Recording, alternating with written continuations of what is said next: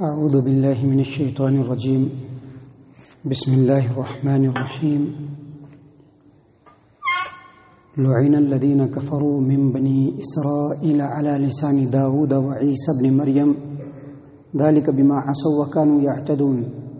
كانوا لا يتناهون عن منكر فعلوه لبئس ما كانوا يفعلون ترى كثيرا منهم يتولون الذين كفروا لبئس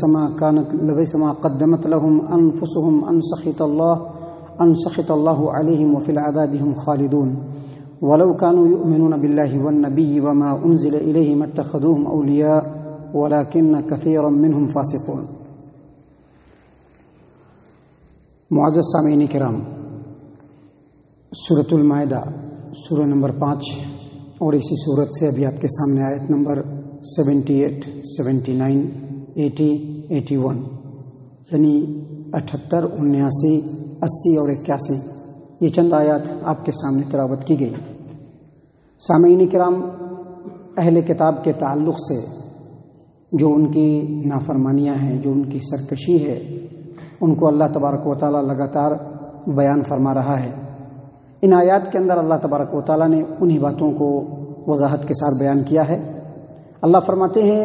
لعن الذین کفروا من بنی اسرائیل علی لسان داود وعیسی ابن مریم ذلک بما عصوا وکانوا یعتدون. اور بنی اسرائیل میں سے جو لوگ کافر ہو گئے ان کے اوپر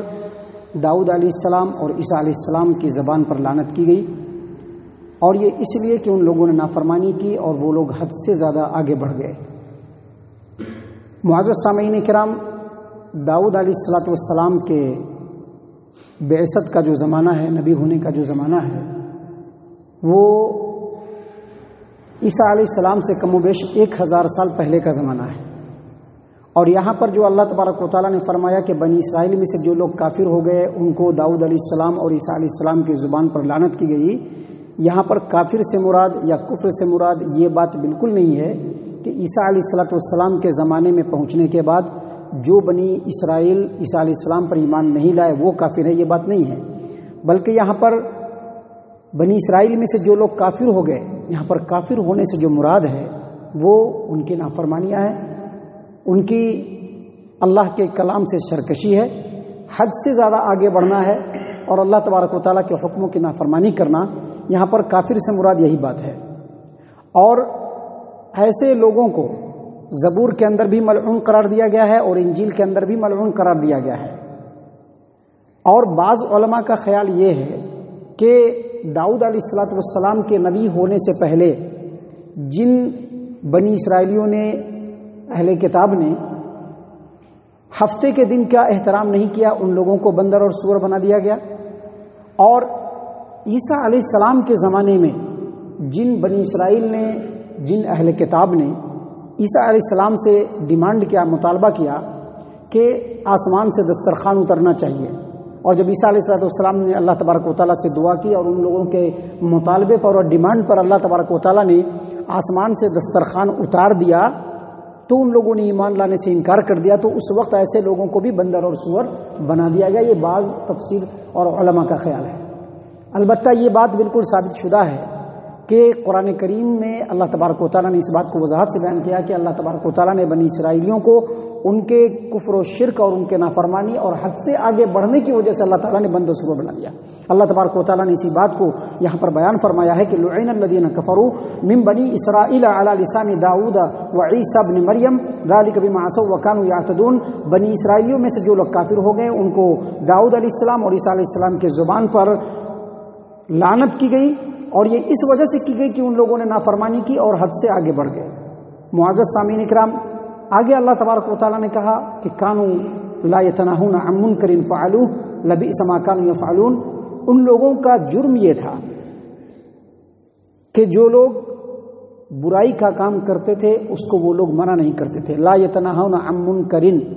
برائی سے لوگوں کو روکتے نہیں تھے. فعلوہ، جو وہ برا کام کرتے تھے. لبئس ما کانوا یفعلون، اور جو وہ کرتے تھے وہ بہت برا کام تھا. سامعین کرام، آیت کریمہ کا صاف ستھرا معنی یہ ہے کہ برائی سے وہ لوگ روکتے نہیں تھے، اس لیے ملعون قرار دیے گئے. لیکن اس آیت کریمہ کی تفسیر پر اور اس کے وضاحت پر اور اس کے معنی اور مفہوم پر آپ غور کریں گے تو ایک بات بالکل واضح ہو جائے گی کہ اگر کسی سماج و معاشرے میں جب کوئی برائی شروع ہوتی ہے اور اس کا آغاز ہوتا ہے تو اس کے کرنے والے جو لوگ ہوتے ہیں وہ بہت تھوڑے ہوتے ہیں، 1 2 3 4 ایسے ہی ہوتے ہیں۔ اگر بر وقت ایسے لوگوں کا کڑے انداز میں محاسبہ کیا گیا اور ان کی برائی سے ان کو روکا گیا تو وہ برائی مٹ جاتی ہے، رک جاتی ہے۔ لیکن جب اس برائی کا آغاز ہوتا ہے اور اس وقت لوگ نرم گوشہ اختیار کرتے ہیں اور کہتے ہیں چھوڑو کیا بات ہے، تو پھر وہ برائی پنپنے لگتی ہے، آگے بڑھنے لگتی ہے۔ اور ایسا وقت بھی آ جاتا ہے کہ یہ جو لوگ برائی کرنے والے نہیں ہوتے ہیں لیکن برائی سے نہیں روکنے کی وجہ سے یہ لوگ بھی ایسے برے کام کرنے والوں کے ساتھ مل جاتے ہیں، مل جل کر کے رہتے ہیں۔ اور پھر ایسا وقت آتا ہے کہ جب اللہ تبارک و تعالیٰ کا عذاب آتا ہے تو صرف جو لوگ برائی کا کام کرتے ہیں ان پر نہیں آتا ہے بلکہ عام لوگوں پر اللہ تبارک و تعالیٰ کا عذاب نازل ہو جاتا ہے۔ اس آیت کریمہ میں اللہ تبارک و تعالیٰ نے یہ بتلایا ہے کہ برائی کرنے والوں کا جتنا جرم ہوتا ہے اس برائی کو دیکھ کر کے اپنے زبان کو روک لینے والے اور مداہنت اختیار کرنے والے اور مختلف مصلحتوں سے اپنے زبان کو خاموش رکھنے والے اس سے بھی زیادہ برے ہوتے ہیں، اور اس برائی کا اثر دونوں پر پڑتا ہے۔ اس کی بہت واضح ترین مثال اللہ کے رسول صلی اللہ علیہ وسلم نے دی۔ صحیح البخاری کتاب المظالم کی روایت، آپ لوگوں نے وہ روایت سن رکھی ہوگی کہ ایک پانی کے جہاز میں چڑھنے کے لیے لوگوں نے قرآن اندازی کی۔ قرآن اندازی کے مطابق کچھ لوگ نیچے والے منزل میں جا کر کے بیٹھ گئے، کچھ لوگ اوپر والے منزل میں بیٹھ گئے۔ اب جو لوگ نیچے والے منزل میں بیٹھے تھے ان کو پانی لینے کے لیے اوپر آنا پڑتا تھا، جس کی وجہ سے اوپر والوں کو ذرا تنگی ہوتی تھی۔ تو اب نیچے والوں میں سے کچھ لوگوں نے یہ حل نکالا کہ کام کرتے ہیں، نیچے والے جو تختہ ہے اسی میں سوراخ کر دیتے ہیں، پیندے میں ہی سوراخ کر دیتے ہیں۔ اب کچھ لوگ جو پیندے میں سوراخ کرنے کے لیے اٹھے ہیں، اوپر اور نیچے کے منزل والے اگر اس کو نہیں روکیں گے تو یقینی طور پر اوپر والے اور نیچے والے سب کے سب ہلاک ہو جائیں گے۔ بالکل یہی مثال ہے کہ اگر ہمارے سماج و معاشرے میں کوئی برائی ہو فوراً اس کی شناخت کی جائے اور اس کو روکا جائے۔ اگر ایسا نہیں کیا جاتا ہے تو یقیناً اللہ کا عذاب بالکل عام ہو جاتا ہے۔ اور اس سلسلے میں جامع ترمذی کی ابواب تفسیر القرآن کی ایک اور روایت ابو بکر صدیق رضی اللہ عنہ نے بیان فرمایا کہ نبی صلی اللہ علیہ وسلم نے فرمایا کہ تم میں سے جب کوئی کسی ظالم کو ظلم کرتے ہوئے دیکھے، کسی آدمی کو برائی کرتے ہوئے دیکھے اور اگر اس کے ہاتھ کو نہیں پکڑتا ہے تو اللہ تبارک و تعالیٰ کا عام عذاب پورے مسلم قوم پر آ جاتا ہے۔ آپ کو بتلا دوں کہ آج جو ہمارے سماج و معاشرے کا جو حال ہے، ابھی جیسے سنگین حالات سے ہم گزر رہے ہیں، ان حالات کے آنے کا ایک سبب یہ بھی ہے کہ ہم لوگ یا تو کسی کو برائی سے روکتے نہیں، یا اگر کسی برائی پر قدغن لگانا ہو تو وہاں پر ہمارا ڈوئل معاملہ ہوتا ہے، کسی کو روکتے ہیں کسی کو نہیں روکتے ہیں۔ اس کے بہت سارے وجوہات ہوتے ہیں، تو ایسا نہیں ہونا ہے۔ جب بھی سماج و معاشرے میں برائی ہو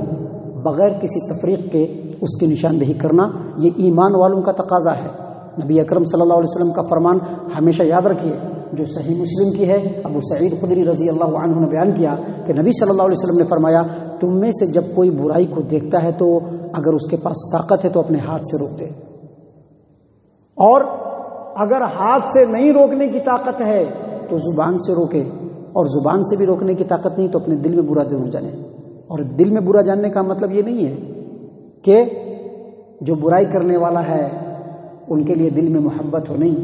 بلکہ ان کے لیے بات ہو کہ ایسا آدمی برائی نہیں کرنا چاہیے، ایسے آدمی سے ہم کو مل جل کر کے نہیں رہنا ہے، ایسے آدمی کی ہم کو کوئی بات نہیں سننی ہے۔ اور اگر یہ جذبہ بھی دل کے اندر نہیں ہے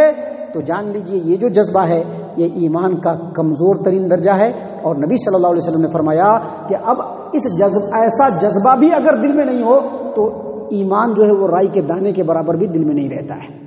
تو اسی بات کو اللہ تبارک و تعالیٰ نے یہاں پر بیان فرمایا کہ وہ لوگ برائی سے روکتے نہیں تھے جو وہ برائی کرتے تھے، اور جو وہ برائی کرتے تھے وہ بہت ہی برا عمل تھا، اور اسی وجہ سے وہ لوگ ملعون قرار دیے گئے۔ معزز سامعین کرام،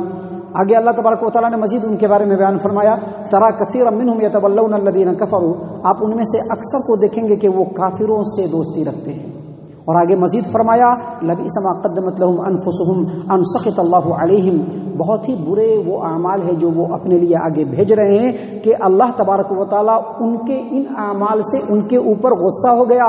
وفي العذاب هم خالدون، اور وہ اللہ تبارک و تعالیٰ کے عذاب میں ہمیشہ رہیں گے۔ یعنی یہ جو اہل کتاب تھے، یہاں پر